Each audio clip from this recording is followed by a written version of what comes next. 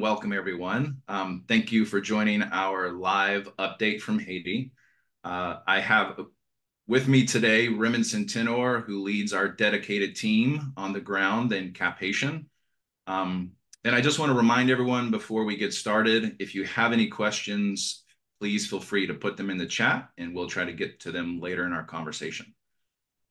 With that being said, I'd like to really start off our dialogue today by talking about just the impact that we've seen over the last couple of months, specifically our partnerships to do last mile distribution in Haiti.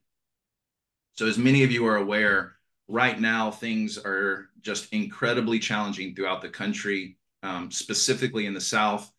And it's led to just difficulty getting key critical products to where they need to be in a timely way. And so what our team has done, we've been working very closely with many of our partners, specifically UNICEF, to look at what can MFK do to help facilitate this distribution and really to the last mile. When we say last mile, ensuring that that product gets to the clinics, the mothers, the children that need it the most, that it's there and that they always have access to it. And so our team has been working really closely over the last couple of months with UNICEF to put together distribution plans, to look at ways that we can help expand that impact. And so a couple of things that we've done as one, we've partnered with UNICEF to help facilitate distribution of product from our facility in Cap Haitian, of things beyond just RUTF. So what this means is whether it be critical supplies around UNICEF's WASH programming, whether it be additional nutritional items like multivitamins for mothers or other essential medical supplies for clinics, MFK is now helping to facilitate that distribution directly. And we also, and in doing this, really what's allowing us to do is expand the amount of children that are receiving product. So Remington, what I would really like to do, maybe could you give us an update of what we've seen over the last couple of months, the impact from those new partnerships with UNICEF? Where are we sending product and why does it matter? Thank you, Chris, for having me. Yeah, so in the last couple of months, we've been working with UNICEF and also some local partners into facilitating distribution of IUTF. In the case of UNICEF, as you mentioned, we now have the opportunity to not only store IUTF at our locations for UNICEF, but also provide some warehousing support in terms of medical supplies and as well as additional non-food items that they need for the WASH program. So we've been able to work with UNICEF and to make sure that we can also do distribution on some of the remote locations in Haiti where access is mostly impossible due to gang violence, or I will pick up. Hopefully his connection will come back soon. But I know what Remington and his team have been working on is, like you said, it's distribution specifically to some of these areas that up until now, the gang activity around them have made it almost impossible for many of our partners to get supplies in. So I know that we're working with clinics in the Quadabuque area. Oh, Remington, are you back? Yes, I am back. Sorry. All right, I'll toss it back to you. I know the internet connection in Haiti is a little bit dicey sometimes, so we understand. I apologize for that. Yes, so we have been able to do some distribution in Quadabuque. As you know, Quadabuque is the area where the 400 miles is located, and it has been very difficult to some of the other partners to break through that communes. And with our truckers who have been working, with us for a very long time, they develop relationship that facilitate distribution to some of those locations. We now have 4 clinics that we are working with UNICEF to do distribution on those clinics on behalf of UNICEF to make sure that they can continue the treatment of the children in those neighborhoods. I would also say that because of the forces that started coming in Haiti and the new government, what we're seeing also, there's probably an opening, but it's still challenging that we Mm, can see that now that we have more locations that are requesting more product and that we are able to mm, do some of those distribution. For instance, we are now able to do distribution to Lagonave. Um, for everybody who may be not familiar to Haiti, Lagonave is one of the three islands in Haiti. It's the biggest islands. It's located right in front of Port-au-Prince. So it's a remote locations that with very difficult access because all of the roads that you would take to the ports to the distribution they are controlled by gangs. And we've been able to do distribution of Plumpiller to Gonaive by trucking the product from Cap Haitian to Gonaive. And then from Gonaive, they need to put that on a boat to do the distribution to Lagonave. And yeah, so that's how we've been able to work with not only UNICEF, but with some other local partners who have had needs and difficulties to make sure that they can get the product to the children that need them. that's great. And Remington, like you said, not everyone is familiar with the geography. I happen to know that that route from Cap Haitian to Gonaive is not a straight shot across level ground. Tell us a little bit more about what goes into that, just making that happen. Yes, unfortunately, the road from Cap-Haïtien to Gonaïve is in dirt road. So you have to go through the mountain and then go to all of those, very difficult roads to make sure that you get it to Gonaïve. A road that probably you would take maybe 2 hours to from Cap-Haïtien to Gonaïve. Now it takes up to 5 hours for the drivers to go through the mountain to make sure that they can do that distribution. And then from Gonaive, they have to unload those trucks and then put everything on the boat. And the boat depends on the capacity of the boat. It could take one or maybe 1 hour and 45 minutes to make it to Lagonav. So it's a lot of work that the drivers and then the partners have been put into that to make sure that the product can reach the last mile to facilitate the distribution to those who are in need. Yeah, that's incredible. I mean, I think what's really incredible about this right now is that we're talking about locations that, because of the instability, gang activity, just all the challenges, these are places where the children are often at the most high risk, has the greatest need, whether it be Quadabouquet outside of Port-au-Prince or Lagonave. And because of the Yes, activities now, yeah. yeah, you and your team, there's what, hundreds, if not thousands of children now that are receiving product that weren't able to have it before. Is that right? Yes, that is right. So there's we are able to reach more children because, of course, I'd say the team is very dedicated and they have been working with those farmers, with those truckers who understand the mission, and they are able to do the distribution in some of those locations. And sometimes it's very difficult to make sure that you can reach from point A to point B, but with the dedication of the staff and also with the persistence of the truckers, we've been able to reach more children in the last couple of months. So thank you for that update, Remington. That's the work you guys are doing as it's making an incredible impact. Um, so I want to now switch to talking a little bit. Today happens to be World Humanitarian Day, and what many of you may not know is that every year there is a kind of a big report that everyone in the humanitarian sector is waiting to come out. And it's the state of food security and nutrition. We like to call it the SOFI report. And this is put together by the UN and other big international agencies. And it's to help give everyone an overview of where food insecurity, the state of food insecurity globally.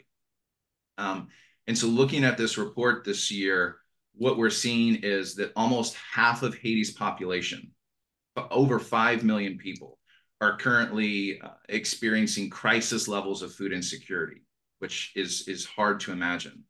Um, this is of course driven by gang violence, gang activities, and the number from that the UN has released is that every minute a child is being displaced in Haiti, which is a staggering number, and one that I had to go back. We had to double check because it was so hard to believe. Um, so you can imagine that right now the things are just desperate in the country. But one of the other things that came out of this report is the recommendations around how we can really what people can do to ensure that we are creating a better future, to turn the ship around, to move us back towards zero hunger globally. And as we read through this report, what's really incredible is that a lot of the recommendations that are being made are things that MFK is doing and has been doing for years, right? So there's an emphasis on creating jobs. There's an emphasis on developing the local economy, on agricultural development, things that that has been a part of our DNA as far as any of us can remember, as far back as any of us can remember. And so this was a real encouragement, I think, for us to see that the way we've been doing things, our holistic approach, is now catching on, and other big agencies are looking and saying, hey, people, this is the future. We have to focus on these things. And so I'm so proud that MFK has kind of been leading the way in this, and that we have just developed over time this expertise and this emphasis on localization and local empowerment. And so I think one of the things that comes to mind through that is the work we've been doing in agriculture this year. As many of you know, we've been pressing hard into this. The insecurity in the country has meant that Haiti, which has to import over 50% of its food, it's been in a dire situation because at times there's problems at the ports or problems at the border. And so really looking at how we can help the local farmers continue to develop is crucial, both for the immediate, but also for the future. And so Remington, can you tell us a little bit about, I know one of our big programs this year is through the World Food Program. Can you tell us a little bit about that program, the activities so far, and then kind of what we're even seeing into the coming year? Yeah. You know, Chris, you touch on this, since we've started as an organization, we know early on that we needed to focus on, improving the crops, especially the peanut in Haiti. And I think the long years of experience that we have in research on different type of varieties of peanut is really a good advantage for us in terms of partnering with some of those organizations. And with the World Food Program, we have been working beginning of this year to make sure that we can improve the number of communities where we do peanut or farmers training on peanut varieties. So for this year, our goal is to train 600 farmers. And we have been able to complete the first cohort of 339 farmers that have been trained on the peanut.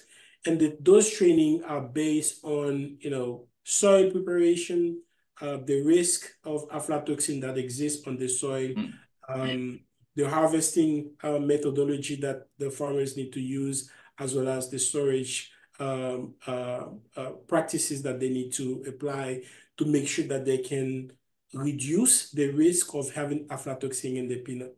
So the first cohort, the training of the first cohort is just finished.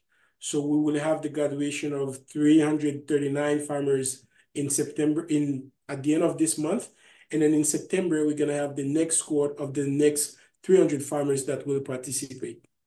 One of the things that we do as part of that training that with the World Food Program that we understand is very critical is the ability for the farmers to be able to do testing of aflatoxin on the peanut, to detect the level of aflatoxin on the peanut. So that makes sure that the farmers not only are trained, but also they know how to detect the aflatoxin level in the peanut, whether they are selling that to MFK or they will be selling that on the market, so they know that the peanut that will come from the farm is a good quality peanut. So as part of this first, year, we are now discussing with the World Food Program to see, okay, what additional expansion that we can make as part of this program. For next year, we are looking to add 4 more communities to the 10 communities that we have now, and also adding more uh, initiatives as part of this partnership that we have with the World Food Program. So we are looking into doing quality assurance, quality control training for those farmers, working with local communities or local leaders to see if they have infrastructure available that they need support, that we can bring our expertise to train them on, production processes, making sure that they know all of the good manufacturing practices, as well as creating with the World Food Program, find ways that we can build new infrastructure that they can actually transform those peanut into other local product that they can sell to the World Food Program or to the local market. So that's what we've been working with the World Food Program and making sure that we can continue building capacity, but also making sure that we can transform those farmers into entrepreneurs. And with that, Mm. we have to mention also that we cannot do that without the Haitian government. This is why we are also working with the Ministry of Agriculture via the direction of in Northeast, as well as with the Ministry of Commerce, to see how we can develop a way to qualify those farmers so they can become qualified suppliers that will then be able to sell their peanut to other partners if there's a need for them to sell that to other people. Yeah, that's incredible. I think it's worth mentioning the just how amazing this partnership is and unique that MFK has been invited into this. This is the first time that we've been asked to partner with WFP. And really what we've continued to hear, what I've heard just through talking with their country director and other key staff is that during this, really just in this time of incredible instability, that they have seen MFK continue to deliver, that they've seen you be able to ramp up. I know you had to hire more agronomists, you had to hire more agriculture staff. So with all this going on, you've continued to bring new, brilliant talent onto your team. You've been able to find ways to get out in these communities and meet with the farmers on a regular basis. You've by helping to build into this these additional farmers and their ability to supply quality peanuts, it means that we, MFK, can also continue to buy more local peanuts to put in our product, Vita Mamba. And World Food Program has then come on board and said, we want to buy that product from you and we want to distribute that in schools all across the country because we want locally sourced food. And the fact that these peanuts are being grown by Haitian farmers going into this Haitian made product and going to these children is something that they really value and they're trying to expand. And really too, I think, and I know you guys are still in this discussions on this, so it'd be more to come down the road, but if I'm not mistaken, they've asked you as well to help brainstorm with them other local crops that we may be able to help partner with them on to help develop those value chains and really look at helping the broader agriculture community. Is that right? Yeah, definitely. I think one thing that is worth mentioning is that the World Food Program vision for the school feeding program for 2028 will be that they can buy locally 100% of the product that will be used on the as part of the school feeding program to buy them locally.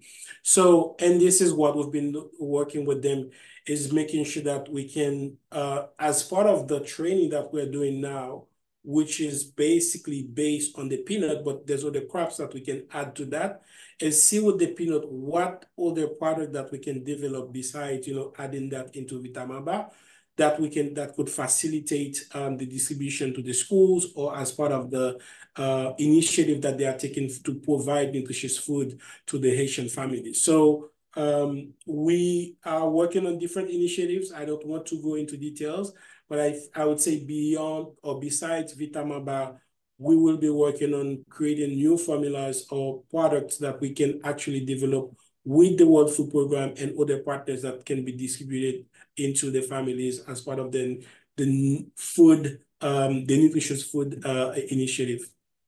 Yeah, well, thanks. Thanks for that overview, Remington, for all the work you all are doing, and especially our agriculture department. I think they deserve a shout out just for Definitely. the incredible work they're doing. So thanks for that. And I think the other thing that's really exciting happening this fall is that MFK is approaching a major milestone of 1 million children and mothers treated. So this is over our 21 years. We're about to break the million treatment mark, which is something that is wild to think about when you go back from our history of where we started. And Remington, maybe you can share with us a little bit about that, of what we were doing 21 years ago to help make sure that product was being made. Dr. Pat was just moving mountains, but tell us a little bit more about that work, what happened, and then where we are today. Thank you, Chris. Every time we have visitors coming in, because we also give tour of the facilities to people, it's always amazing to show people pictures of where we started. So we started, 21 years ago, that we have a handheld grinder that we'll be using to make, the peanut butter, like we call it in Haiti, to go and treat children. And in that year, I believe we only treat 100 children in that year when we first started. And today we are at 980,000 children and women being treated. And by November, we'll reach the 1 million people being treated by our product. So Incredible. it's amazing what we've been able to accomplish.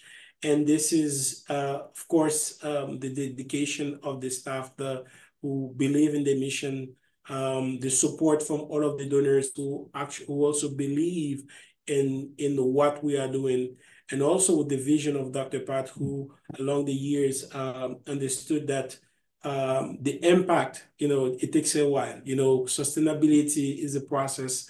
Once you do it right, you make sure that you can continue with that. So we are very grateful and very happy that we're going to reach that milestone, that we're going to treat more children, especially in Haiti, at that time where we know that there's a lot of people who are in need of the product that we are making to save their lives. Yeah, that's incredible, especially when we think about the fact that almost half of Haiti's population is experiencing food insecurity right now. The Exactly. work that you and your team are doing is just God's work. It's incredible. So, Remington, I think before we wrap up, it would be really interesting, I know, for us all to know. Give us kind of a general update of Cap-Haïtien, Port-au-Prince, the security situation. I know the Kenyans now are on the ground. What are we seeing? What's happening in Cap-Haïtien and Port-au-Prince? Yeah, I like to start with Cap-Haïtien because it's obvious that it seems that Cap-Haïtien is not in Haiti. That's what a lot of people are saying. Because yeah, on Friday I was in town with my family, and it's amazing because this week was the anniversary, the 354th anniversary of the foundation of Cap-Haïtien. And it was amazing to see, people are so happy, without any, fear because it's so safe that you don't have to worry. You can go out with your kids and family without any problem. So I'd say that Cap Haitian remain very calm, safe, and the port of Cap Haitian is still open. The airport, the international airport is still open, that we have flights coming in and out, that we are able to receive, the raw materials. Of course, there's always challenges, but we are not shipping anything to Port-au-Prince, and we are able to ship our samples out of the airport without any problem. Um, Port-au-Prince, it's a different scenario, as you know. It's still a hot zone. There's a lot of this challenge that the new government, they are working to face those challenge. It's true that now we have 400 soldiers or police officers from Kenya coming in to help the national police. But I would say the situation is still dire. I think we need to have the support that was promised to Haiti from the international community, making in meaning that there should be additional funding coming in. There should be more countries coming in to help the national police and the Kenyan troops, because the gangs, they are not giving up. I think they understand that there's a situation that they will take advantage of that, and we need to do whatever possible for to help the national police, the troops, and bring peace back to Haiti. We need to be able to have free movement of people, that we need to be able to have goods coming out of the, provinces to Port-au-Prince, and from Port-au-Prince to the provinces, to make sure that we can reduce the food insecurity, not only in Port-au-Prince, but in some of those locations who depended on Port-au-Prince. Yeah, I appreciate you giving that overview. And it is, I know, I can only imagine the challenge, especially in Port-au-Prince, the Kenyans are facing as they're trying to help work with the police to restore security. So thank you for that and for highlighting that. I think at this point in the conversation, we want to open up for Q&A, any questions that we may have. So Melissa, I know you've been monitoring the chat. Yeah. So far, we've got one question that has come in asking about what is MFK's biggest challenge currently? Yeah, that's a great question. I think our biggest challenge remains the supply chain function. We've just seen, to give you an overview of just even the last few months, some of you may be aware, the couple of months ago, the gangs were able to kind of overrun the port area in Port-au-Prince, causing that port to shut down for a period of time, flights to be canceled. And what ended up happening is a significant portion of that traffic, that port traffic, was then rerouted to Cap Haitian. And Cap Haitian is not set up to do that sort of volume from an equipment standpoint. Yeah, from a personnel standpoint, from just the space to handle all of those containers. And so our team has worked. Earlier this morning, I was talking to our supply chain manager. He was letting me know he's been in Port-au-Prince the last 2 weeks to help work with the central office there to coordinate activities in the Cap Haitian port. And he said, Chris, I've been up a couple of nights through the night working on paperwork, working on information to submit, because it's just overwhelming right now. Everyone's doing what they can, but it's overwhelming. So supply chain is a big piece of that. One of the things that we're doing to address that is we're looking at we're in the process of getting the plans together and raising funding to build a additional warehouse so that we can warehouse more raw materials. Because what we've really seen over the last 12 months is it's impossible to really know what's going to happen from week to week. And so through some collaboration with key partners, where we've been able to raise part of the funds, we're continuing to raise some more funding. We hope to have that new warehouse constructed middle next year. And that's going to hopefully alleviate some of this supply chain pressure. But the supply chain is definitely the pressure point right now. Thank you, Chris. We do have another question that has come through, probably for Remington to cover. Has the new Prime Minister taken office officially? And if there's any other updates related to that. Yes, the new Prime Minister has taken office, and he, I think 2 or 3 weeks ago, there's a communication of his cabinet, the members of his cabinet, and he's working with different partners to make sure that they can find a solution. I think it's been probably over 2 months since he's been back in Haiti, so I think there's